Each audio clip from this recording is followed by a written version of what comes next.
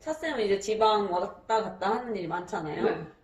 그때 이제 뭐 고속도로 이런 뭐 고속버스 이용하는 경우가 많으실 텐데 그때 소변을 볼 것 같았다 아니다.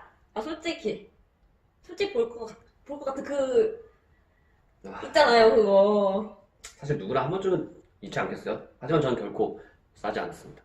자, 그런 경우에 항상 정말 이 화장실 항상 곁에 있으면서도 그 소중함을 몰랐는데 맞아요. 화장실의 소중함을 느끼게 되잖아요. 음.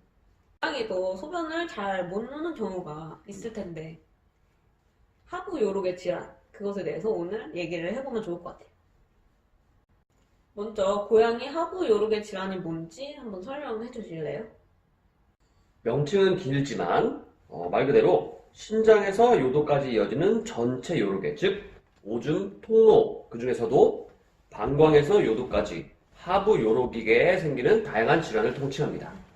그러면 고양이가 어떤 모습을 하고 있을 때 이 질환을 의심해 볼 수 있을까요? 하부 요로계에 어떤 문제가 생기면 소변이 정상적으로 배출되지 못하고 여러 가지 증상을 보이게 되는데요. 고양이가 화장실에 앉아는 있지만 오줌을 시원하게 누지 못하고 좀 찔끔찔끔거리고 이런 모습을 발견한다면 이 질환을 강력히 의심해 봐야 합니다. 항상 고양이가 화장실을 가는 걸 저희가 보는 건 아니잖아요. 이런 경우에는 어떻게 할까요?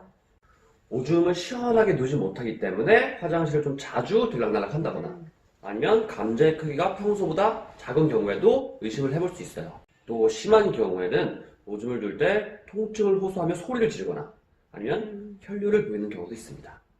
또 생식기 부위를 계속 핥거나 아니면 화장실 이외의 곳에서 오줌을 누려고 한다거나 공격성이 증가하거나 이런 행동적인 변화를 보이기도 합니다. 그러면 어떤 질환들이 하부 요록의 질환으로 분류가 되나요? 여기 아래에 이쁘게 정리를 해놨는데요. 이런 경우 외에도 검사를 하더라도 정확한 원인을 밝힐 수 없는, 즉 특발성인 경우도 상당히 많습니다. 하부 요록의 질환도 어떤 고양이들에게 특히 잘 일어난다 이런 경우가 있을까요? 하부 요록의 질환은 비교적 흔한 비뇨기의 질환으로서 원인이 매우 다양한 만큼 어떤 고양이도 발병이 될 수 있는데요. 그렇지만 요도의 길이가 길고 또 직경도 좁은 수컷 고양이에서 좀 더 호발하는 경향이 있습니다. 또 어린 고양이보다는 2살 이상의 고양이, 또 비만한 고양이, 수분 섭취량이 적은 고양이 등에서는 조금 더 잘 발생할 수 있겠죠. 숨을 잘 누지 못하는 고양이에게 집사들이 해줄 수 있는 게 있을까요? 이 질환에 대해서 집사가 해줄 수 있는 처치는 거의 없습니다. 12시간에서 48시간 이상 배뇨를 하지 못하면 몸에서 배출되어야 되는 독소가 축적되면서 급성 신부전이나 요독증 등을 유발할 수 있는 응급질환입니다.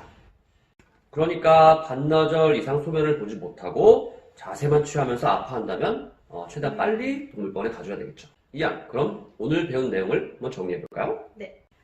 고양이 하부 요록의 질환은 방광에서부터 요도까지 오줌 통로에 질환이 생겨서 오줌을 잘 누지 못하는 것을 말합니다. 고양이가 오줌을 잘 누지 못하고 또 아파하고 화장실을 자주 들락날락 거리는 경우에는 이 질환을 의심할 수 있습니다. 결석이나 세균 감염, 요도 플러그, 종양, 그리고 특발성 등 다양한 원인에 의해서 이 질환이 발생하는데요.